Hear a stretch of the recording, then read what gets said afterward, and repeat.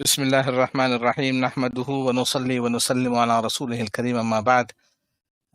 Assalamu alaikum wa rahmatullahi wa barakatuh to all the participants of this prestigious second virtual International Halal Conference. I'm indeed honored and privileged to be invited to this particular program, and I'd like to share with you South Africa and Halal certification, some of our history and a little bit of our achievements and successes, and hope that by the sharing we could all benefit, inshallah. South Africa and Halal certification is a subject which is very unique from many experiences that the rest of the world would have encountered. I have been part of the South African National Halal Authority from its inception, way back in 1996 when it was founded. Prior to that, I was with the Jamiatul Ulama, who was the Council of Theologians of the greater Gauteng and surrounding provinces, at that time known as the Transvaal province. And Halal certification was rather a fragmented approach at the time, where regions had their own Halal certification bodies and were looking at the socio-welfare, religious needs of their communities in that particular area. And then when we faced the new dispensation came in the early 90s, and we faced various challenges in the field of halal, and it was felt that we should establish a central halal certification body, nationally represented, and all role players from all over the country got together, and alhamdulillah, we were quite successful in 1996 when almost every organization was part of the national initiative. And I was then seconded by the Council of Theologians, the Jamiatul Ulama, to represent them on the national forum. So that is a brief background.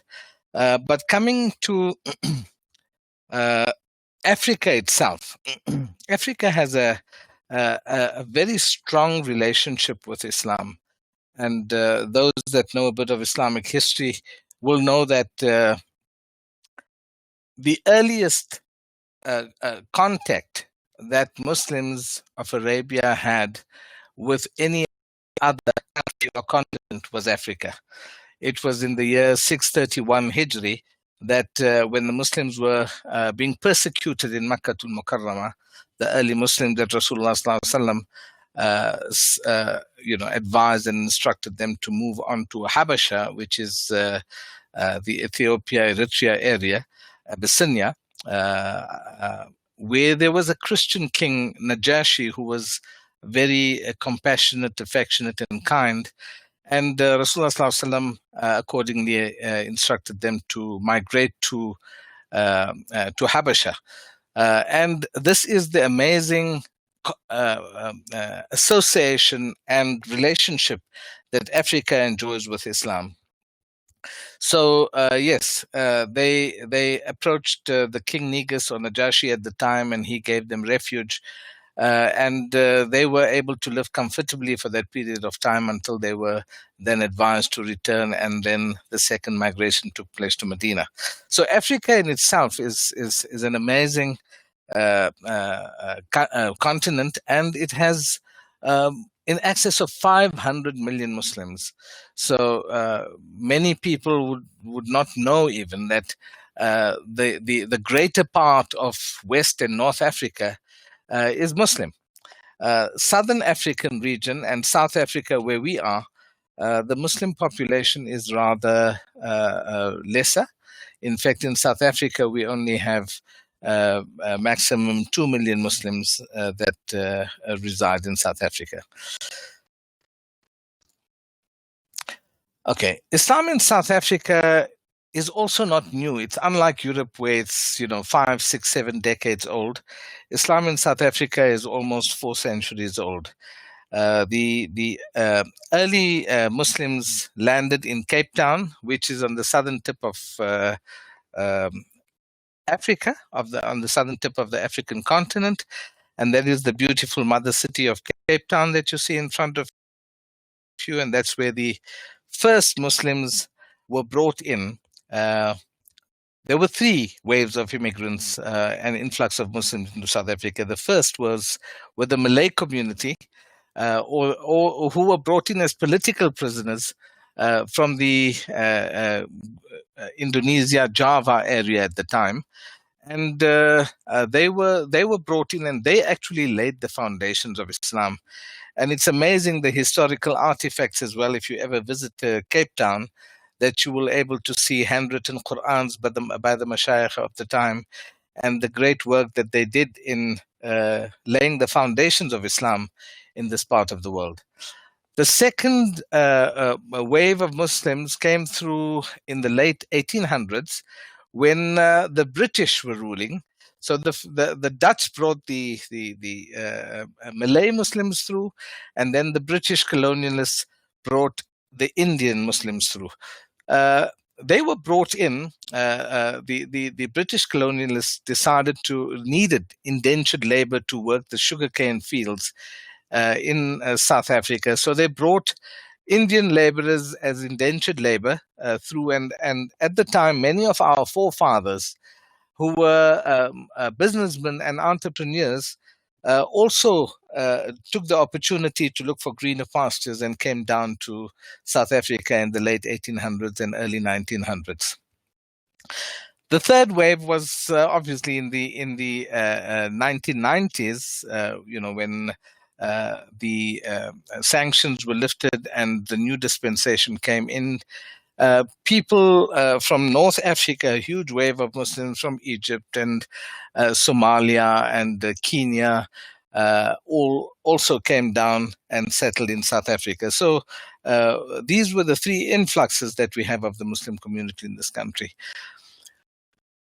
Muslim infrastructure is amazing and is actually mind-boggling and unique because you will not find this type of infrastructure in many countries of the world, whether you go to the Oceanic region or whether you go to the Americas or many countries in Europe as well. Amazing, great infrastructure. Our forebears and our forefathers did great work. They laid very strong foundations of Islam. There's in excess of 1,000 masajid in the country, and not just little homes that were converted, but proper structures and no governmental aid or assistance whatsoever.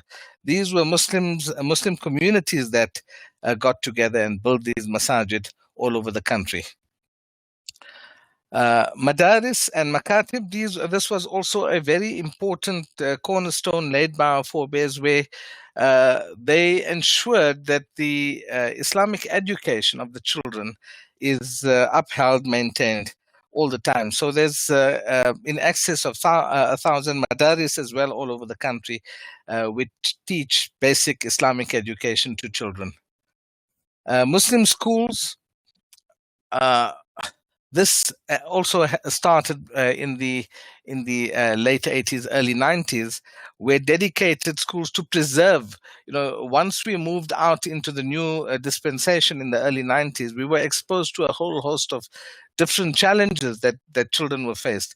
And to preserve Muslim identity and Islamic ethos, the leadership of the country established Muslim schools in the various cities. So there are tens of Muslim schools dedicated to both that cater for both secular and Islamic education. Higher institutions of learning, Darul Ulooms and Islamic universities. There's in excess of 20 of such institutions in the country. Up until the 80s, whoever wanted to pursue higher Islamic education would travel to either Makkah, Medina, Egypt, India, Pakistan to go and seek higher Islamic education. But amazingly now, in over the last 15, 20 years, there are students with the high level of Islamic education and higher Islamic education made available. We have students from all over the world, from the Americas, from Europe, from Russia, from Asia, Southeast Asia, Oceanic region, and even the Middle East, where students are now coming to South Africa to study. There's an amazing social welfare infrastructure as well, and not only to cater for the poverty-stricken and the needy within the country. These welfare organizations respond to international needs, whether they be in the Far East or west of the globe. Ulama leadership, we have, alhamdulillah, due to the foundations laid and due to the institutions we have as well, there's a very strong ulama leadership in the country. Each province has their ulama leadership that guide them, and then in addition to the social religious needs of the country, they also unite under the United Ulama Council of South Africa, which is a national platform where they need to deal with national issues, whether they be socially with the community or with government itself. And yes, halal certification also has a long history in South Africa. It's probably amongst the oldest initiatives globally, because the leadership had way back in the late 60s and early 70s established halal certification services in the various provinces and regions. All NGOs, all non-governmental organizations, and the amazing unique thing about halal certification in South Africa, unlike other parts of the world where halal certification is primarily done for export of products to other countries, and they don't have a strong halal regulated infrastructure to guide the local Muslim community. So there's much, I would say, liberalism, if you want to call it. Everybody uses his own discretion and determines what is halal or not. In South Africa, it's very different, where the halal certification over the years, over the last 50, 60 years that we have the services rendered, it was primarily done for the local community. So people needed to eat meat and eat chicken and eat food products. Accordingly, the leadership approached these industries and regulated them, guided them, directed them. And the greatest achievement that we've got in South Africa, really, and it's a major plus factor, and that is that we have a very strong Muslim consumer. So Muslim consumers require halal. They would demand halal. They would approach the stores or the manufacturers and request halal products. And there's an informed consumer base. So that's been one major plus factor that we've got in this country. Alhamdulillah. Some interesting facts about South Africa, and this is really interesting as to why this is all happening. Look at this fact, which was published in 2017. South Africa ranked amongst the top 10 Muslim-friendly non-OIC destinations for tourism. Okay, then the halal economy. In terms of halal producers in South Africa, we ranked amongst the top 5 global producers of halal products. So these are amazing factors. Just keeping in mind that we've just got a small Muslim population out of a population of 55, 60 million. We're only 2 million. So we're about 1.5–2% of the population in this country. Yet there is this achievement. Poultry abattoirs in the country, there's approximately production in commercial poultry abattoirs of about 6 to 7 million birds a week. And all these major commercial poultry establishments are all certified halal. Similarly, red meat abattoirs, all the larger red meat abattoirs in the country also comply and have strict halal regulation. And unlike other countries where you have morning halal and afternoon non-halal, or one day halal, one day non-halal, all abattoirs in South Africa that do halal slaughter are exclusively halal. You can't be half pregnant, as they say, where you have one day halal or a few hours halal and the rest non-halal. The FMCG industry. Look at this. If you walk in any supermarket aisle in South Africa, you will find almost 45 to 50% of all products, FMCG products on supermarket shelves, carrying some halal certification or the other. Restaurant chains, many of them comply. In fact, most of them comply and are associated with some halal certification body or the other. And globally, the trend is eating out. You have to cater for these needs of the Muslim community as you go on, and we have a strong association with many franchise outlets in the country as well. So I don't want to be seen to be just blowing my trumpet about South Africa, but there are certain reasons and rationale behind this South Africa's success story. What are they? The most important thing, as I said, is education and awareness. So we've got an absolutely strong Muslim consumer, a very educated Muslim consumer, a very informed Muslim consumer, and that is one of the great success stories where you will find manufacturers and retailers ensuring that they comply so that they could get their custom and patronage from the Muslim community, who obviously are known to have a huge disposable income when it comes to food especially. Then we also have a very strong Muslim business community. And that is also one of the big reasons why we have such a strong support for halal in this country. In just the FMCG sector, there's approximately 35 to 40% of Muslims that own supermarkets and cash and carries and wholesales. So they also dictate to the industry that, look, we required to sell halal product, and since we are required to sell halal product, we cannot purchase your product if your product's not halal, which has also laid great support to the halal industry in this country. And yes, the government have been very supportive of halal and the halal industry in general. Especially of recent, we've had various provincial governments also launching halal initiatives. This happened last year, where the KwaZulu-Natal provincial government launched a halal initiative and which has taken off very well.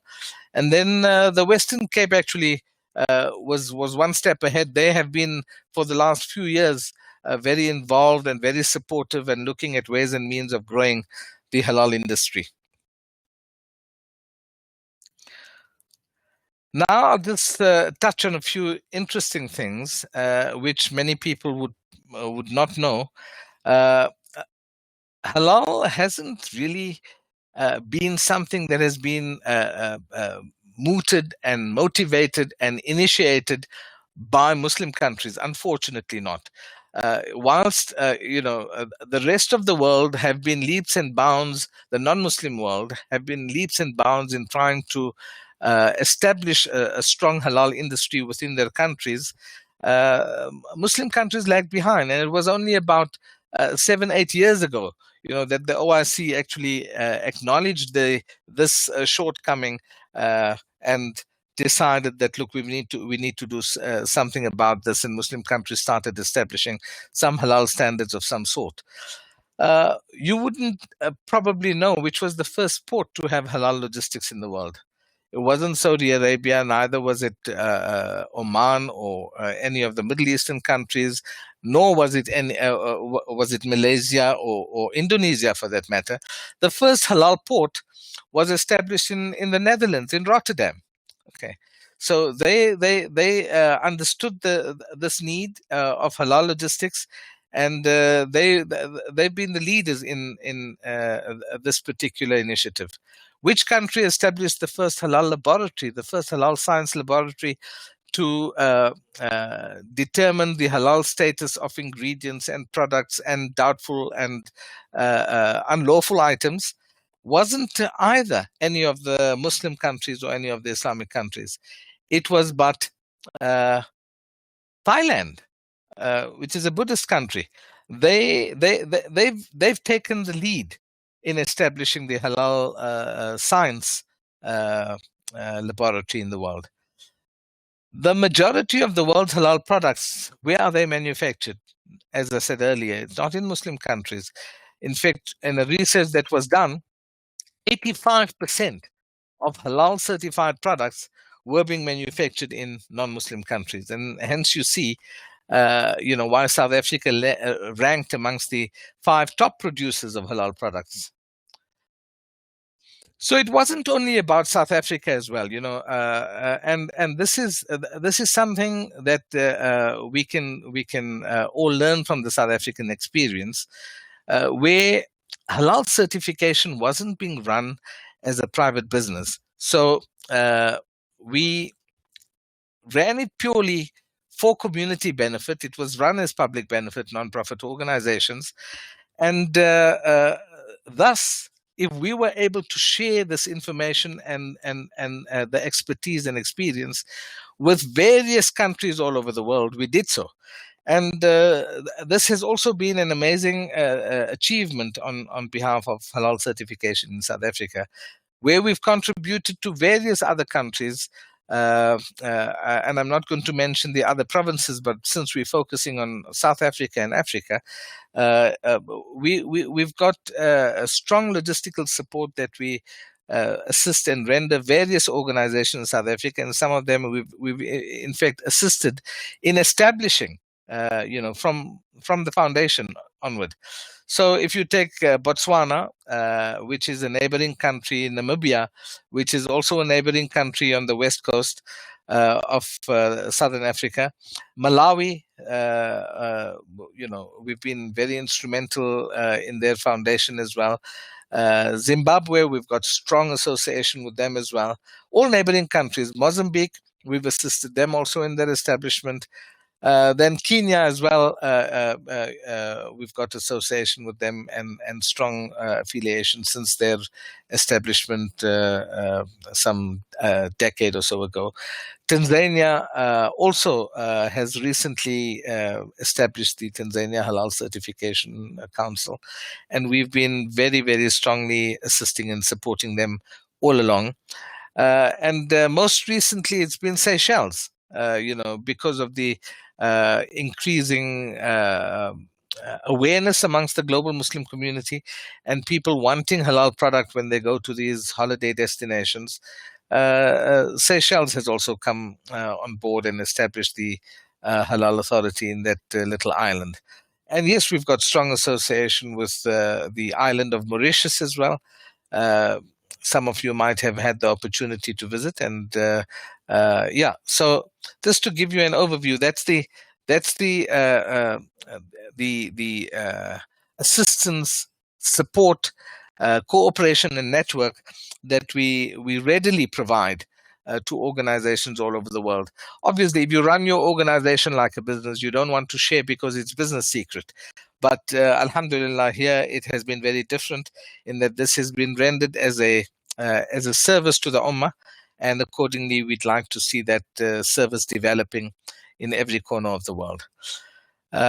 In conclusion, yes, unification forums are important at every level, whether it be locally. They say you must think globally, but act locally. So unification forums, both locally and internationally, has been an ongoing process. We've got to unite and collaborate to strengthen the halal certification services that are rendered. There has to be strong stakeholder engagement with the various role players, whether it be halal certification bodies, whether it be technical experts, whether it be the community. People must have confidence in what you do. So public programs, radio programs, social media presence, so that people appreciate exactly what is being done and are able to question how things are being done so that they have satisfaction and assurance in terms of the service that are rendered. So we've got to consolidate these relationships as well. And yes, we're living in a little village, and notwithstanding the limitations we've had over the last 5-6 months in terms of travel, that will ease out, and there is a great move towards halal hospitality and around Muslim friendly tourism, which is also another entire field on its own, which people and organizations like Crescent Rating are leading and doing very well, alhamdulillah. So think globally, act locally, and prioritize smart. We've got to know exactly what we want to achieve, how we're going to achieve it. Is it possible? Is it something that we can achieve? Is it something that we have control over? Is it relevant in terms of what we want to do right now? Is it relevant? And how are we going to achieve it? What are the deadlines and timelines that we are going to set to achieve it? And remember that if you're going to walk this path, if you want to achieve what you want to very fast, you're going to have to go alone. But if you want to go far, if you'd like to go the extra distance, then going alone is not going to be the answer. We're going to have to walk this path together. Jazakumullah khair. Assalamu alaikum wa rahmatullahi wa barakatuh.